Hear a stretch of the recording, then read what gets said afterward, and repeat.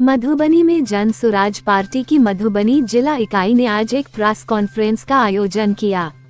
Party ने बिहार में जातीय जनगणना और भूमि सर्वे को लेकर नीतीश सरकार से कई सारे सवाल पूछे और इन मुद्दों पर जवाब नहीं मिलने की स्थिति में आंदोलन करने का भी ऐलान किया।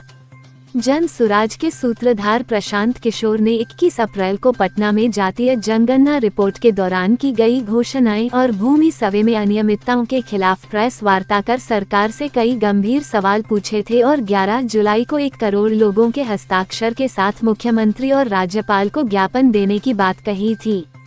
उन्होंने ये भी कहा था कि अगर मामले को सरकार गंभीरता से नहीं लेती है तो विधानसभा के अंतिम सत्र का घेराव भी किया जाएगा। की तरफ से आप तमाम पत्रकार बंधुओं को स्वागत है। सबसे पहले पहलगांव में जो नरसंहार हुआ है उसका हम लोग सभी आदमी सर्वसम्मत से निंदा करते हैं। दूसरी बात, आज हम लोगों को आपसे मुखातिब होने का मकसद है कि बिहार में जातीय जनगणना 7 नवंबर 2027 को विधानसभा में वर्तमान सरकार के द्वारा रखा गया। 22 नवंबर 23 को सरकार ने जातीय गणना के आधार पर, जनगणना के आधार पर कुछ महत्वपूर्ण घोषणाएं की थी, लेकिन सरकार की घोषणा कभी जमीन पर लागू नहीं हुआ।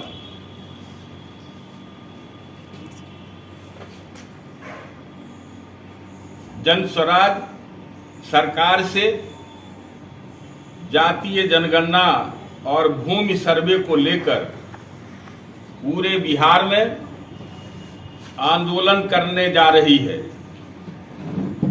सरकार से हमारी कुछ मांगे हैं जो विभिन्न प्रकार है। हमारे वरीय पदाधिकारीगण,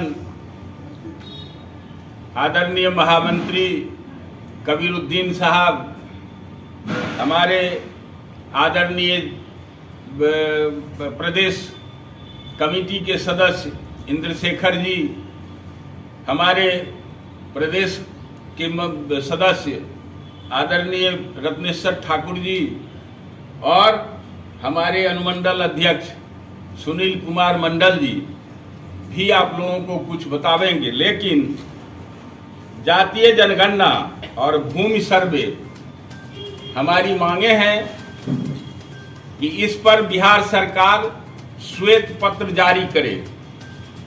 आज तक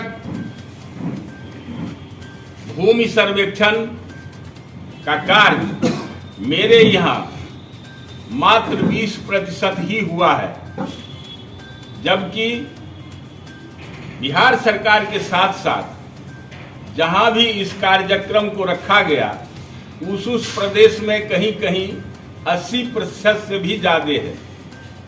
इसलिए जन स्वराज इस बात को आंदोलन के रूप में रखने जा रही है, आप लोगों के चैनल के माध्यम से, आप लोगों के माध्यम से। अब हमारे कबीरुद्दीन साहब इसके संबंध में कुछ अपना बात रखेंगे। कबीरुद्दीन साहब जी। नमस्कार साथियों, आप सभी प्रेस वालों का जन स्वराज के कार्यालय में स्वागत है। हम लोगों की, जैसा कि अध्यक्ष जी ने बताया, कुछ मांग है। उसमें एक सबसे बड़ी मांग हम लोगों की है कि जमीन सर्वे करा के सरकार ने 2008 में कहा था कि पिछड़ों को 3 डिसमिल जमीन दिया जाएगा, जो कि अभी तक नहीं दिया गया है। कुछ लोगों को पेपर पे दे दिया गया है और उन लोगों को अभी तक दखल कब्जा में ज़मीन नहीं मिली है। तो सरकार से हम लोगों की मांग है कि इन लोगों को ज़मीन मुहैया कराया जाए और भूमि सर्वे के नाम पर जो सरकारी ऑफिस में जैसे कि सीओ और बाकी लोग जो घूसखोरी कर रहे हैं, उस पर लगाम कैसे करेगी सरकार, इसके बारे में सरकार हम लोगों को बताए और हम लोगों को ये चीज़ें भी बताए कि ये जो भूमि सर्वे के नाम पे तरह तरह का क्राइम हो रहा है, भूमि सर्वे के नाम पे और शराबबंदी के नाम पे, ये कब तक चलेगा और इसके बारे में सरकार क्या कहना चाहती है, ये हम लोगों को क्लियर करे। सरकार का क्या मंशा है इसके पीछे, ये क्लियर करे, जो कि अभी तक क्लियर नहीं हो पा रहा है। और हम लोगों का डिमांड है कि हम लोगों को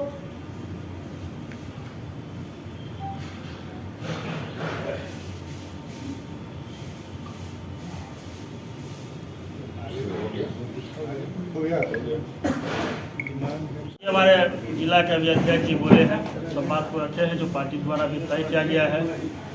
एक बात है कि गरीबों की अदालत में आम जनता से गवाही दिलाएंगे और बिहार की हालत सुनाएंगे तो पत्थर भी आंसू बहाएंगे। ये आलम है बिहार का।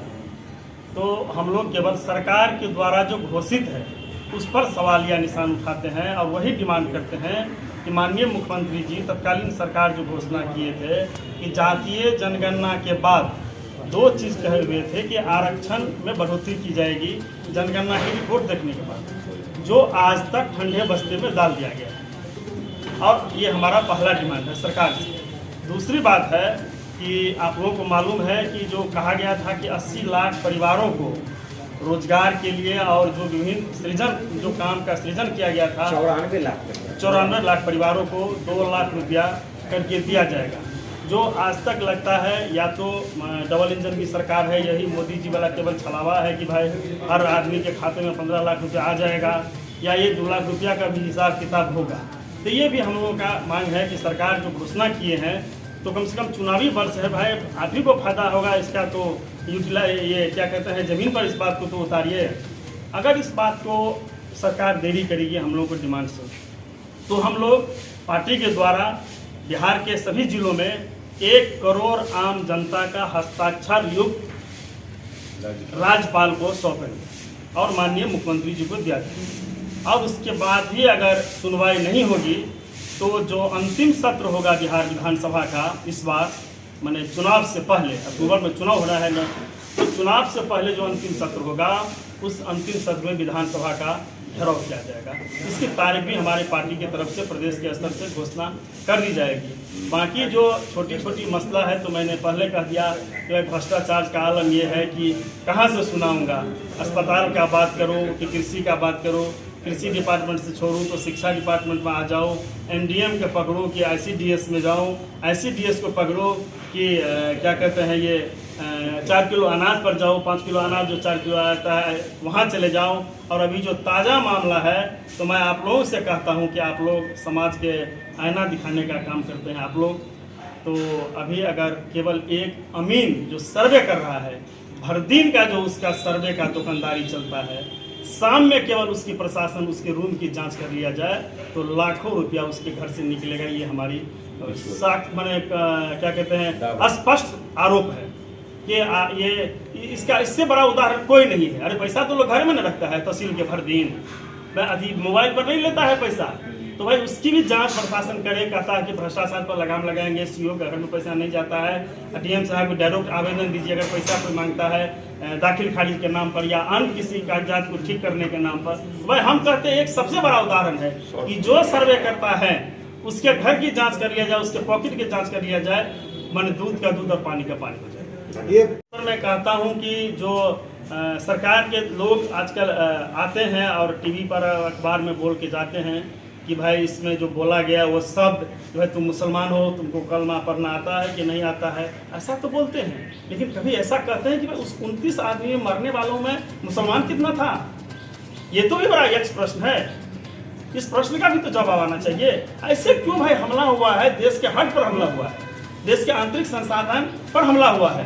देश अब इससे बड़ा क्या हो सकता है? जो आतंकवादी पोषित राज्य है, देश है, उस पर हमको लगता है कि समय आ गया है कि भाई देश एकजुट है, पूरा विपक्ष सरकार के साथ है। आपको जैसे उससे हमला का बदला लेना हो आप करने के लिए तैयार है, अब उस पर करेंगे।